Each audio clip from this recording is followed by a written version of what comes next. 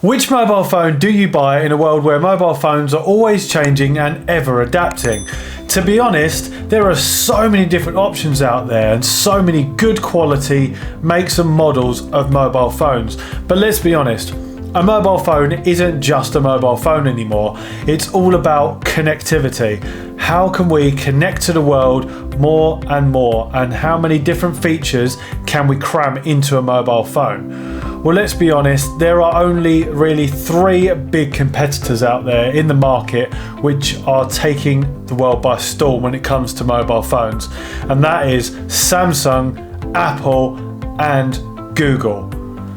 Now, which one of these 3 you buy is up to you. Really, the only reason why these 3 are the front competitors are purely because of their ecosystem. There are so many good mobile phones out there, but they lack an ecosystem and they just come on their own. Whereas Samsung, Apple and Google come with a variety of different features, functionality and extra products that you can wrap around your phone to make it an all-inclusive experience. So which one should you buy? Well, this year we are treated to 3 brilliant mobile phones coming out. You've got the Samsung S22 Ultra, which was released in February of this year. You've got the brand new iPhone 14 Pro and Pro Max, which has only just been released. And you've got the Google Pixel 7, which is due to be announced or released within the next couple of months. So which one is the king of the mobile phone? Let's find out.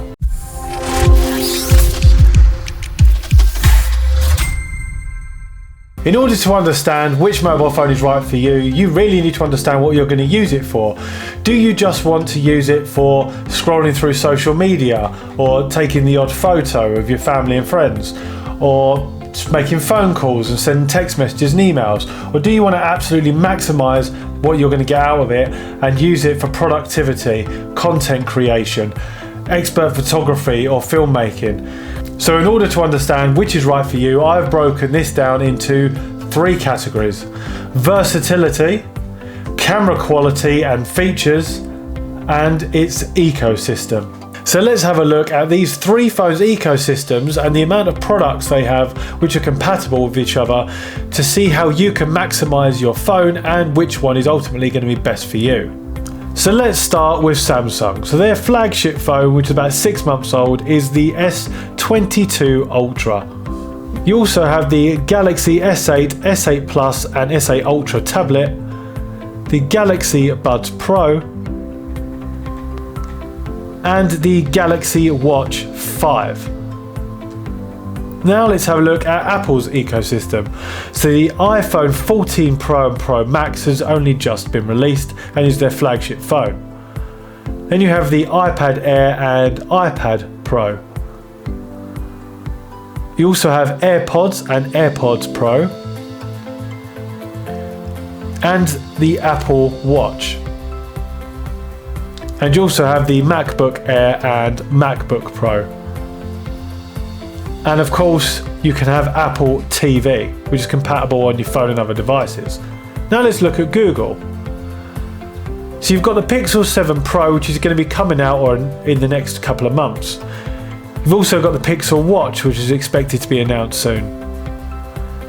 And Pixel Buds, which have recently been announced. And of course you have the Chromebook, which is widely renowned by a lot of people. And then the Nest Smart Home. So let's have a look at these 3 in turn. So we're looking at it on the face of it. Apple have the most amount of products which are compatible with each other, but Google are going to be very up and coming in the future. Some of these products aren't out yet, but I think Google is going to be one to watch next year. Having a look at this, I think Samsung have a brilliant amount of products, but so far Apple is in the lead. Now let's have a look at camera quality and features. Now we have a bit of an issue here because the Google Pixel 7 Pro hasn't really been announced yet or released yet, so we don't know the specs of this camera. We can assume it's going to have an excellent quality camera, which is comparable to the iPhone and the Samsung, but we don't know that yet. So all we can go on is comparing the Samsung and the iPhone. So let's have a look at those two. So the S22 Ultra, which is about 6 months old at this stage, has a 40 megapixel selfie camera, a 12 megapixel ultra wide camera, a 108 megapixel wide angle camera which uses that space zoom feature, a 10 megapixel telephoto with 3 times optical zoom, and a 10 megapixel telephoto with a 10 times optical zoom. The iPhone 14 Pro and Pro Max has a new 48 megapixel quad pixel main camera. It also has a 12 megapixel telephoto and a 12 megapixel ultra wide. Now on the face of that, you could say that the extra 2 megapixels are better than Samsung's, but in comparison, the Samsung has that 108 megapixel 100 times zoom, which the iPhone doesn't have. It also has a higher quality selfie camera, where the iPhone selfie camera is a 12 megapixel camera. Now iPhone have improved their selfie camera for this year, and it takes excellent shots, and it also blurs out the background really well, and the edge detection is awesome. The same can be said for iPhone's new main camera, where you can now record at 4K at 30 frames per second in cinematic mode, and the edge detection on that is brilliant, and it gives you an excellent cinematic film, whereas the Samsung, the edge detection is a little bit ropey, and you're limited to 1080p on that. Now the downside to the iPhone is that it is limited to a 3 times optical zoom, whereas Samsung have that 10 times optical zoom, and when you put them side by side, it is just so much better on the Samsung. However, the overall image between the Samsung and the iPhone, I think the iPhone takes the win for this one. Now this is a close one, but I think overall iPhone wins the category for the best overall image and the best overall video footage, considering it can shoot at 4K 30 frames per second, and the edge detection is a lot better. And at 2 times zoom, the quality on the iPhone is just better. It also has better night photography than the Samsung. But to be honest, if you're going to be using that 10 times optical zoom, it is a question really. The Samsung clearly wins it, because the iPhone image just gets completely blown out of proportion. But based just on what most people are going to be using this for, which is everyday photography, a bit of night photography and filming, and for content creators that headshot filming with where you want a blurry background, I think iPhone win this category. Versatility.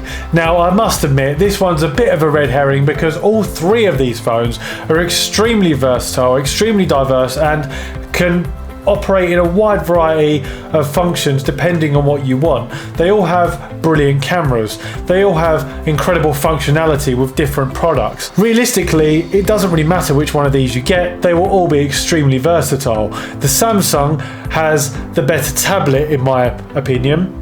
It has the better screen and the better tablet for consuming content and for workflow. But the Apple products have, the phone I think is a little bit better in its functionality and its camera quality, and I think that it has more products that are available to it, like the MacBook, and the AirPods are better than the Samsung's ones, and the Apple Watch is much better than the Samsung's watch in my opinion, and has more features to it. So versatility wise, all 3 of these are brilliant. Now with the Google one, we're yet to see what features and versatility it's going to have, but it will undoubtedly be compatible with all of Google's products across the board, which will be a welcome addition for a lot of users.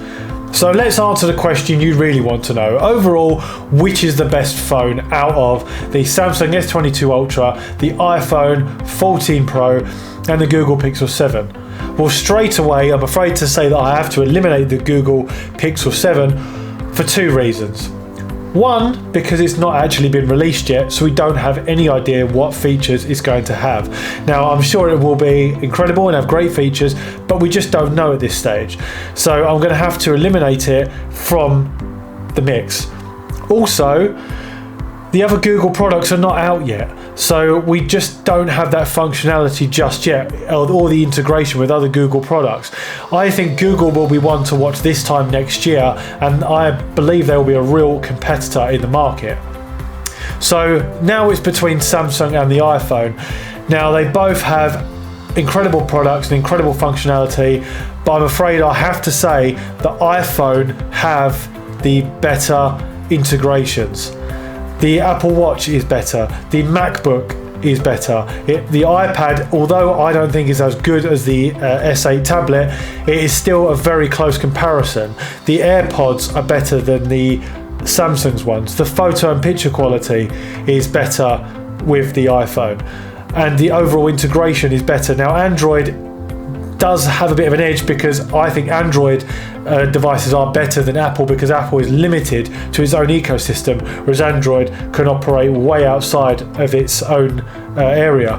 But saying that, I think as it stands right now, Samsung are catching up, but the iPhone and the iPhone products that go with it, if you have all of them, then they are a much better integrated system than Samsung's. So there you have it. That's my take on the best phone for 2022 going into 2023. But let's not forget that the S23 Ultra will probably be announced in January or February next year, and then we'll reassess where we're at, and we'll also have the Google Pixel Pro out by then.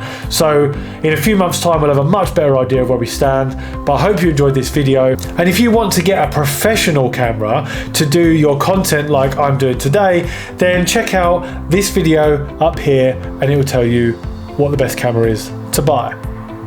See you next time.